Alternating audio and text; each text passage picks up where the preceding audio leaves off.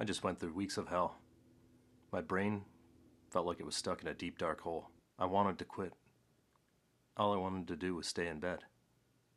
But today's a positive day because I didn't quit. I'm still here, and I'm trying to raise myself up out of that hole. Here's what happened.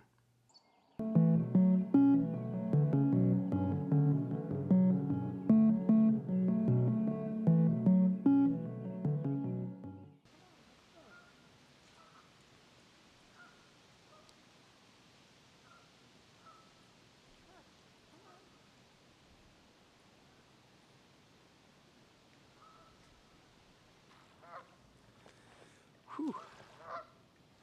I'm out here by the Lake Ontario shore, just searching around for some photos. We got a lot of geese. It's a little bit chilly, a little bit of snow. We're gonna see what we can find.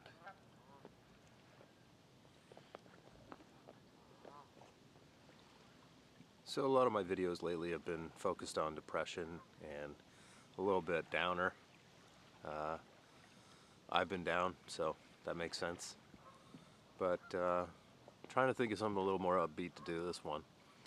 And I guess that would be more photography focused. But right now, there's not a lot of options for photography. Well, I mean, unless you love geese, then there's lots of opportunity for geese. Yeah,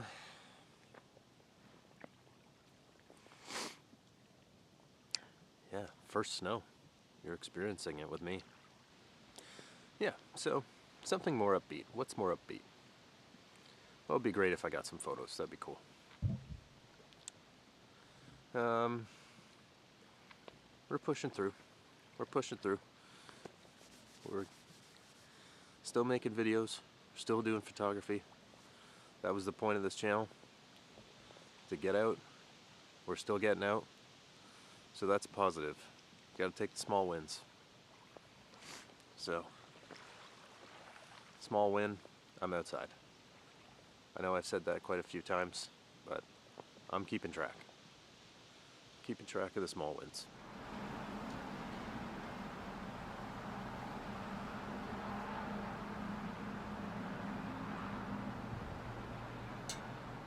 I began this channel just as summer was winding down and autumn was taking hold. Those first few weeks of excitement for autumn colors were great.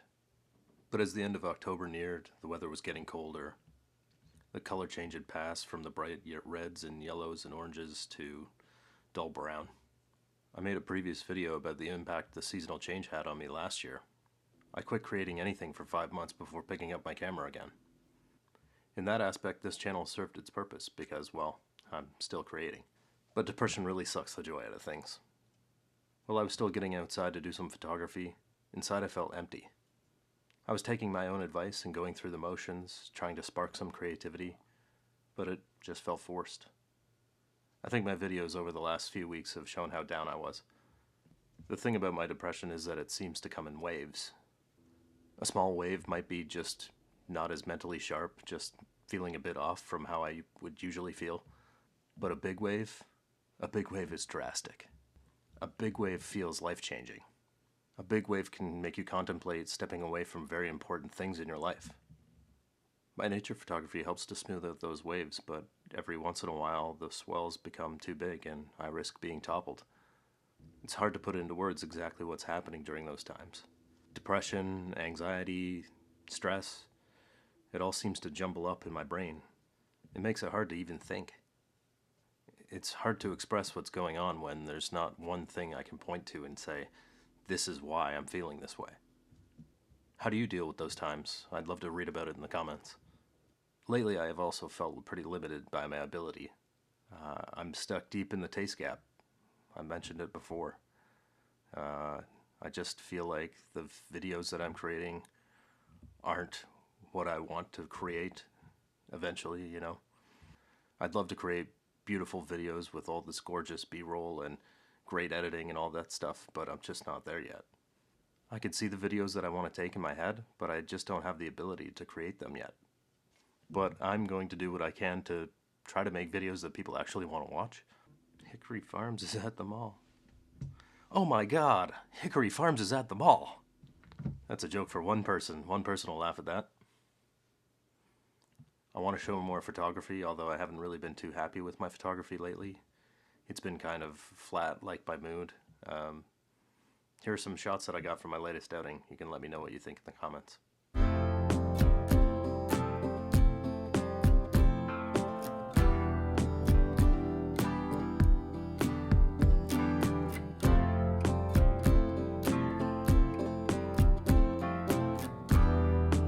See, just meh. Or worse, I don't know. But this is supposed to be a positive video. I stuck with the process, I didn't give up, I didn't quit, and I'm starting to come out on the other side of this mental rut that I've been in. It was important for me to keep going on my outdoor excursions and photography trips. I never know what might spark a positive feeling and help the darkness recede. It can be as simple as just getting a photograph that I really like, or having a positive experience outside. The point is, now that I'm feeling better, I'd like to make a more upbeat video. And I've been thinking about how to do that exactly. So I think what I'm going to do is discuss a few of the positives from the year so far and talk about what I'm excited about moving forward. I have a couple animals on my list this year. Animals I've never photographed before, and some that I've never even seen in person before. Earlier this year, I set a goal of photographing some deer. I was not disappointed. During an early May camping trip, I got these shots of some deer resting in a parking lot.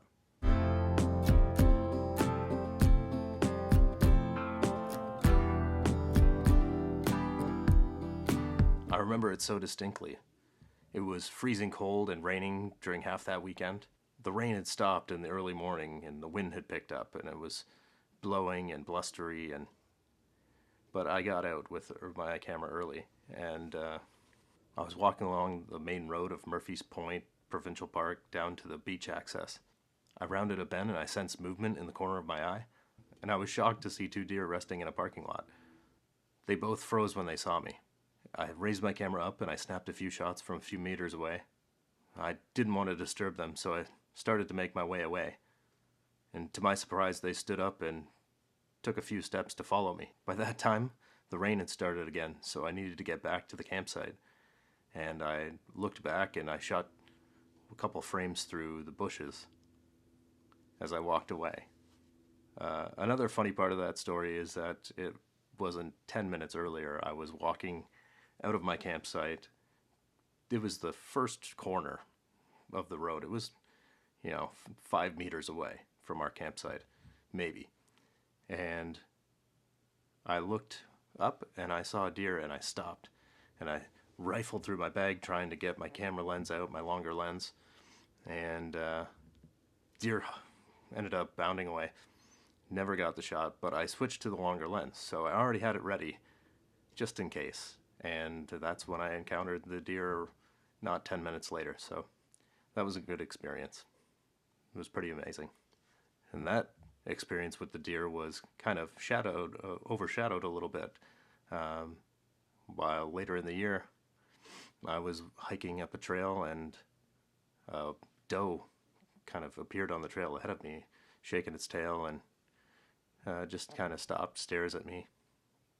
And I remember hearing a little bit of noise off in the woods, and another deer comes out, followed by two babies. So now there are 4 deer on the trail ahead of me. So I'm starting to take pictures, and the doe kind of I assume it's the mother, comes up, taking a few steps towards me. I'm taking a few steps back as it comes up, and the doe starts kind of tapping one hoof on the ground. Tap, tap, tap, tap. I'm like, okay, maybe she doesn't want me so close to her babies. So I start taking a few steps back, and then I hear rustling again, and I look back, and 2 more deer bound out of the woods behind me. So now I've got 6 deer surrounding me. And it was pretty surreal. It was a surreal experience. And so I ended up just waiting it out, and they kind of went on their way, and I went on mine. And so it was another pretty surreal experience. It was a pretty good time.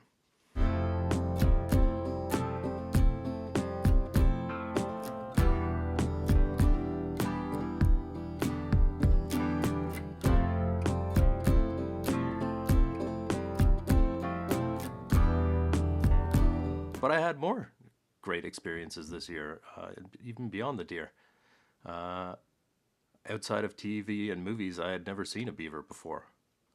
Um, and that changed this year when one scoped me out at Frontenac Provincial Park.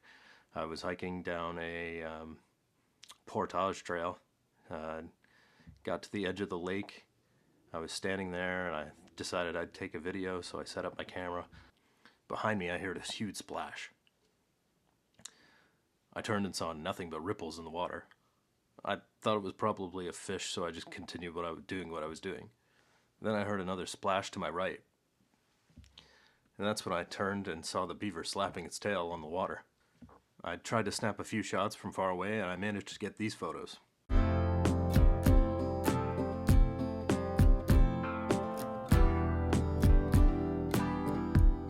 I also managed to get a quick video as the beaver swam back and forth in front of me.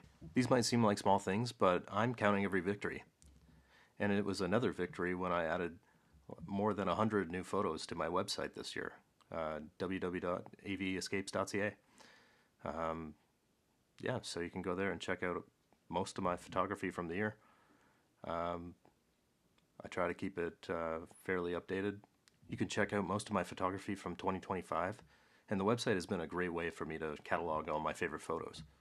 Something else positive is that next month in December, I'll be doing my first kind of little video or little photography project. I haven't done one before. I hear that these are a great way to, get the photography juices flowing. So I'm going to be trying to get 31 black and white photos in December. So that should be a challenge.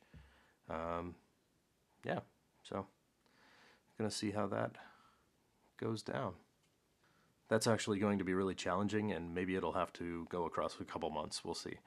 But I also have my winter strategies that I've done a video on, and what I'm going to be trying to work on during December. So I have some ways to get some photos, some indoor shots, some balcony shots.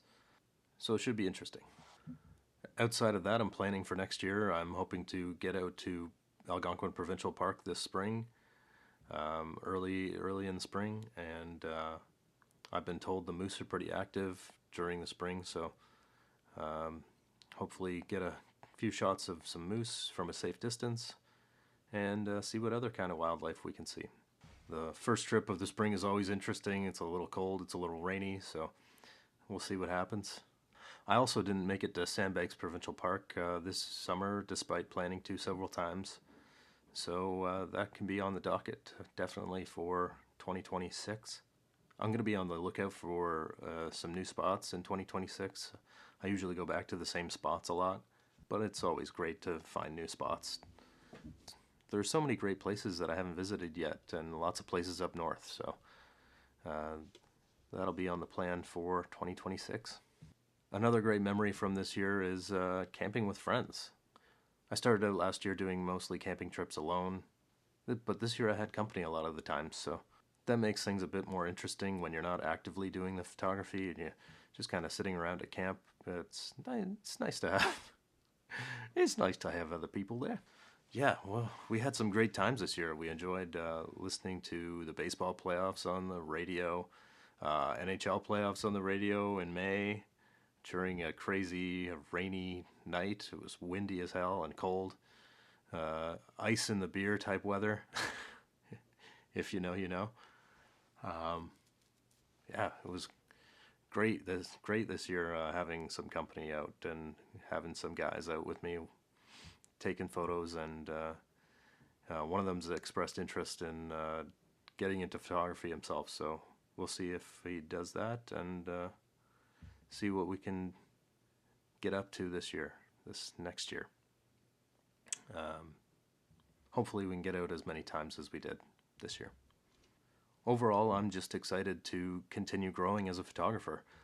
I want to keep shooting as much as possible and learning new techniques and um, just getting better grasp of my camera overall, and you know, just just improving. And I think that's what photography is all about. There's always room to improve, always room to grow and learn more stuff. So pretty excited for that heading forward. I haven't even scratched the surface. There are so many aspects of photography that I think I need to work on. Working a scene, editing. Editing is a big one that I feel like I need to improve on. Um, yeah, I'm just looking to soak up knowledge wherever I can find it. Did you ever hear advice and it just totally shocks you? Like it never came to your mind, you'd never thought of it, and then once you hear it, you can't unsee it about your own work? Let me know in the comments, because I feel like my photography is full of it. Um, I posted some photos a while ago on Twitter, and I got some comments that, the background upper portion of one photograph was kind of completely overtaking the scene. It was a photograph of some loons. And another one, I just got a comment that it's too dark. And I was like, huh, what do you mean it's too dark? It's just, I didn't see it. But after looking and pondering for a little while, I could see that, it was a picture of some cormorants, and you kind of lose the detail in the feathers on the chest. So I could see what she was getting at, saying it was too dark. So, yeah, there are definitely times where you're just you got blinders on. From my perspective, I was taking a shot of three cormorants in a kind of triangle. I thought it looked really cool. Uh, I thought the exposure was there, but you never know what other people are seeing. So it was interesting, and I think she was ultimately right. And I just had to be like, yeah, you're right. I totally agree, and I'm just seeing this now. And I think I need more of that because I fear like I'm making some pretty obvious mistakes, or mistakes that other people see are obvious, and I just can't see them. And so that's why I'm looking into joining a local photography club and sharing my work there, and hopefully learning more, and just, trying to pick up whatever knowledge I can. So that didn't render properly. Not sure what happened, but I exported the video, everything looked fine, and then it didn't play at the end, so I missed like 4 minutes of what I was saying. So, re-recording now. This was such a weird, rambling video because I wasn't sure what I was going to say, and yeah, I just wanted to share that I was feeling better and share some more of my photography. Remember that deep dark hole I mentioned earlier? I'm almost out now. I'm just hoping to survive a few more waves before a big one pushes me back in that hole again. I'm not being pessimistic, I'm just being realistic. If you can relate, hit the like button.